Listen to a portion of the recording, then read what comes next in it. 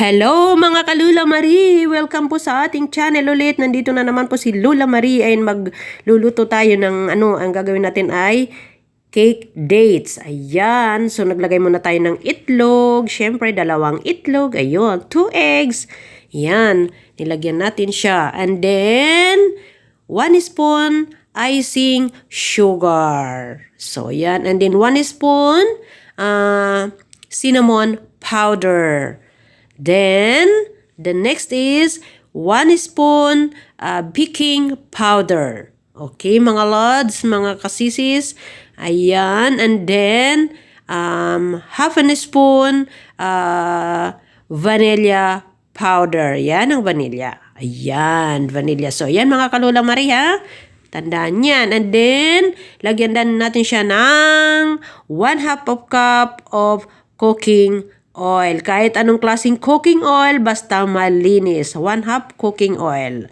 Okay, now i-mix na natin siya ng maigi para siya na ang tinatawag na caramel. So, yan mga kalula Marie. Magmi-mix na tayo. So, ayun nga mga kalula Marie. Bago ako naggawa niyan, ay sabi muna ay naglaga muna ako ng 1 cup na dates. Pero siyempre tanggalan mo ng mga buto naman mga kalula Mario, di ba?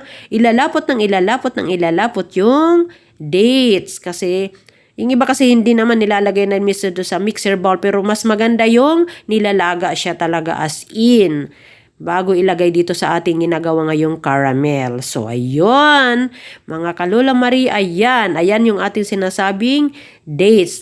Nilaga na natin siya. O di ba? Ayan. So, ganyan lang siya. I-press mo ng maglapot, lapotsing na siya. Ayun. So, ganyan mga kalula Maris. Kailangan tama lang 1 cup din na tubig o 1 cup na dates. Yan. And then, pag okay na, dapat pinalamig ko yan. Pero hindi ko na pinalamig ng konti. So, idinuloy-tuloy na natin sa ating caramel. Yan. So, mausok-usok patuloy na hinalo-halo. So, ayan. Hinalo-halo na. Halo-halo. So, kailangan talaga ihalo mo siya para magkakasama as in talagang malapot na siya. Kasama yung caramel. O, diba? Ganyan lang kasimple, mga kalula Marie. Ayan, i-try nyo yan. O, yan. Sinong nakakaalam dyan ng dates? Mayroon dito mga ka-OFW ko nandito sa Middle East. Alam nyo yan. So, ayun. Stop natin ng konti ang pagmimix. Lagyan naman natin siya ng 1 cup, of course, na flour, kahit anong flour, foam o kung ano pa, mayroon iba dyan, yung parang ano pa yung flour na yun, pwede na yan. Wag lang yung brown, syempre.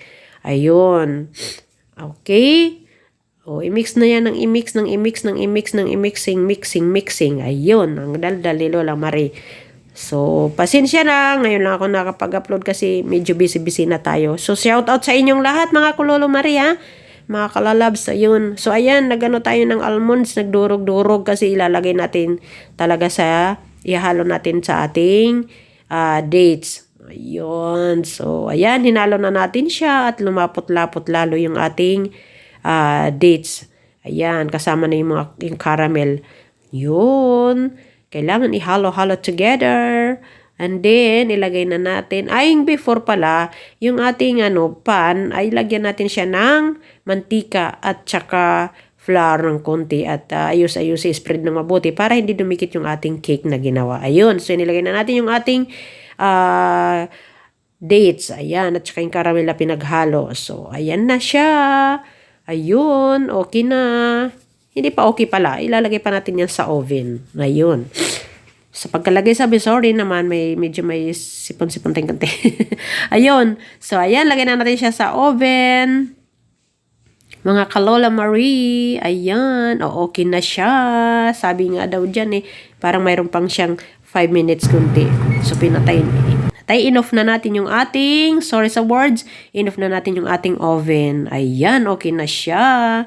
Ipisil-pisil natin kung malambot ba. Okay, yan ang gusto ko, yung medyo softy yung ating cake. Ayoko ng medyo ma-dry na kinakain. So, yun. Ilagay na natin siya. Palamigin. At nga pala, palalamigin natin siya 5 to 10 minutes bago natin siya tanggalin sa kanyang pan. O, yun. Ganun lang. Or lagyan mo ng tubig sa ilalim. Kung meron kayong mga malalapad na plato na medyo malalim-lalim, lagyan nyo ng tubig, ilibabaw mo itong ating pan para medyo madali matanggal. Para hindi masira yung ating cake, di ba? So ayan na, slowly Lola Marie, sabi nga slowly but surely. Ayun. Okay na. Okay, mainit-init pa talaga yan. Di ba? Mainit. Ayan. Very beautiful. Yung iba kasi pag gumagawa niyan, sa ibabaw nilalagyan ng mga kung ano-anong toppings like caramel. Ulit gagawa ng caramel. Ako kasi hindi na ako gumagawa. So, ayun. Mga Kalula Marie, salamat sa inyong lahat sa panunood. At see you sa susunod nating video. Medyo may tumatawag, so pasensyahan nyo na. Ang anak kong makulit. So, ayan, hiwa-hiwain natin yan. Ayun, at try natin kainin. Ayun na. So, bye-bye mga Kalula Marie. Salamat sa nanonood at salamat sa mga nagsusubscribe sa ating channel. Please, pakisubscribe ang taman po at saka pakilike yung ating video at ang makulit kong anak na tumatawag. Ayun, makulit, nara. Sige na, bye-bye and God bless. Babush! Thank you!